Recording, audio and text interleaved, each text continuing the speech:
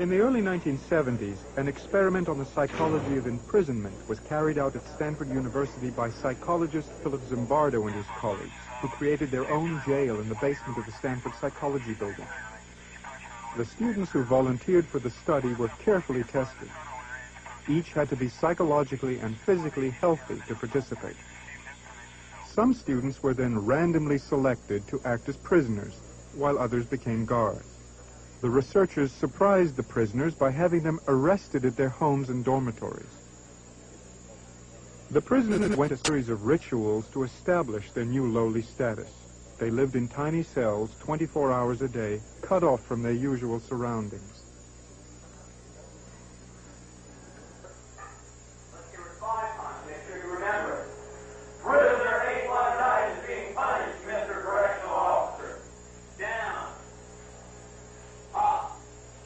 The guards, however, only worked 8-hour shifts, and they returned to their normal routines as students when off the job.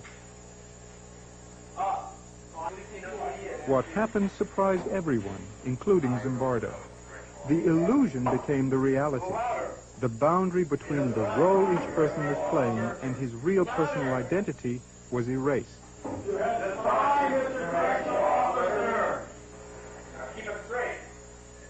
Nice boys became brutal guards. Healthy kids got sick.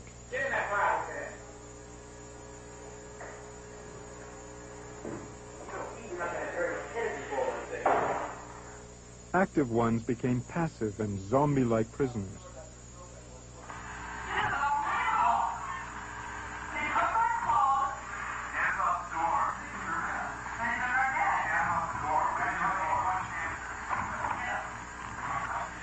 The situation became so overpowering that many of the prisoners developed extreme stress reactions and had to be released.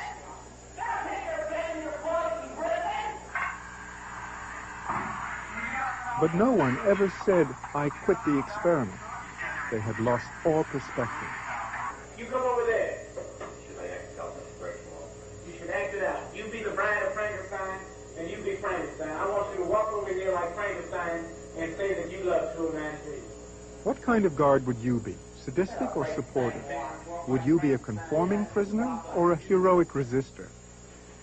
Most of the evil in the world comes about not out of evil motives, but somebody saying, hey, get with the program, be a team player. When a person feels, I am not personally responsible, I am not accountable, it's the role I'm playing, or these are the orders I've gotten, then you allow yourself to do things you would never do under ordinary circumstances. I began to feel that I was losing my identity, that the person that I call Clay, the person who put me in this place, the person who volunteered to go into this prison, because it was a prison to me, it still is a prison to me. I don't look on it as an experiment or a simulation. It was just a prison that was run by psychologists instead of run by the state.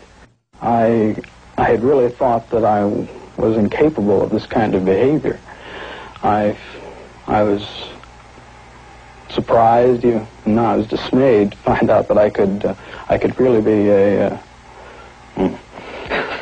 that I could act in a manner so absolutely unaccustomed to anything I would even really dream of doing. And while I was doing it, I didn't feel any regret. I didn't feel any guilt. It was only afterwards when I began to reflect on what I had done that this began to... I feel so up inside. I feel really up inside. You don't know. I gotta go. To a doctor, anything.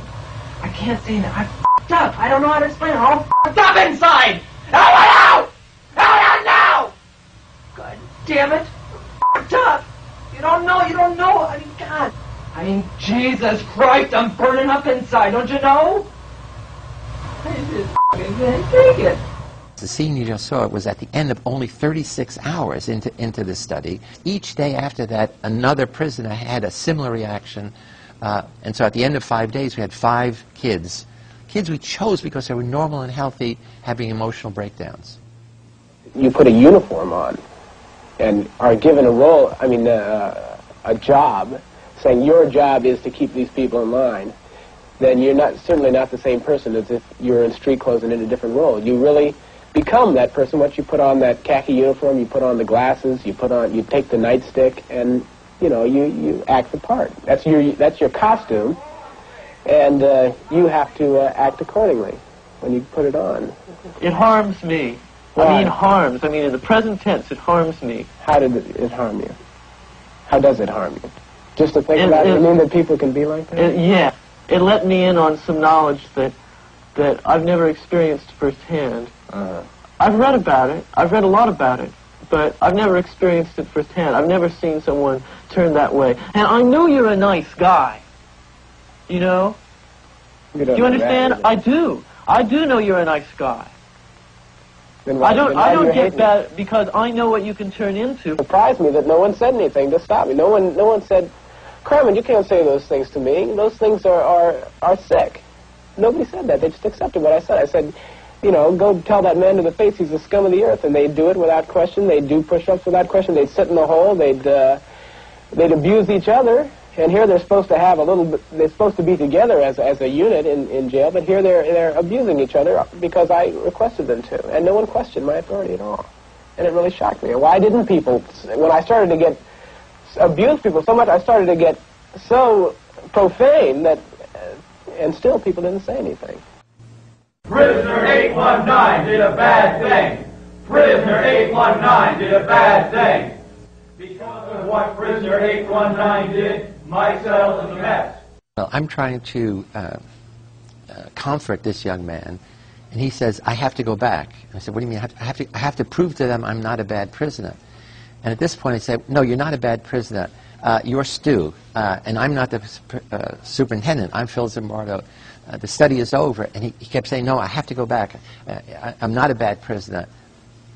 And so the reality of that prison was so deep that even when I'm giving him the opportunity to leave, his reputation, his image as a bad prisoner has to be undone, has to be reconciled. When we released the first prisoner, 8612, we brought in a substitute, but he came in halfway through. And what's interesting is, day by day, as the situation degraded, we all adjusted to it. That is, each day's level of violence, of abuse, was a platform for the next day. But he comes in now, and he's seeing these crazy things going on. He says right up front, I'm not having any of this. And they told him, you can't leave. They won't let you leave, which we never said. In fact, 8612 was the one who told him, they won't let you out. And so he says, I'm going to go on a hunger strike. I'm not going to eat anything. I'll get sick, and they'll have to let me go. And he's a skinny kid to begin with. And the guards go crazy because he's now the symbol of resistance. All the other kids are broken. If they're not having emotional breakdowns, they're like zombies. They're doing whatever the guard said.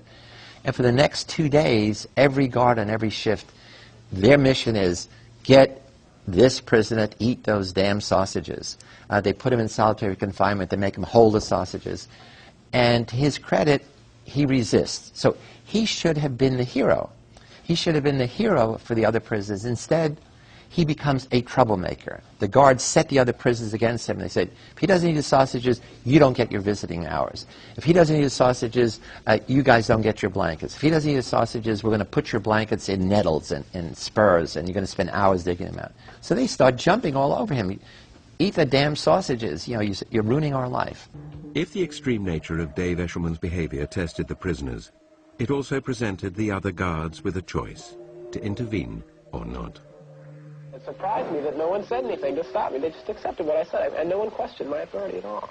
And it really shocked me. Why didn't people, when I started to get abuse people so much, I started to get so profane that, and still people didn't say anything.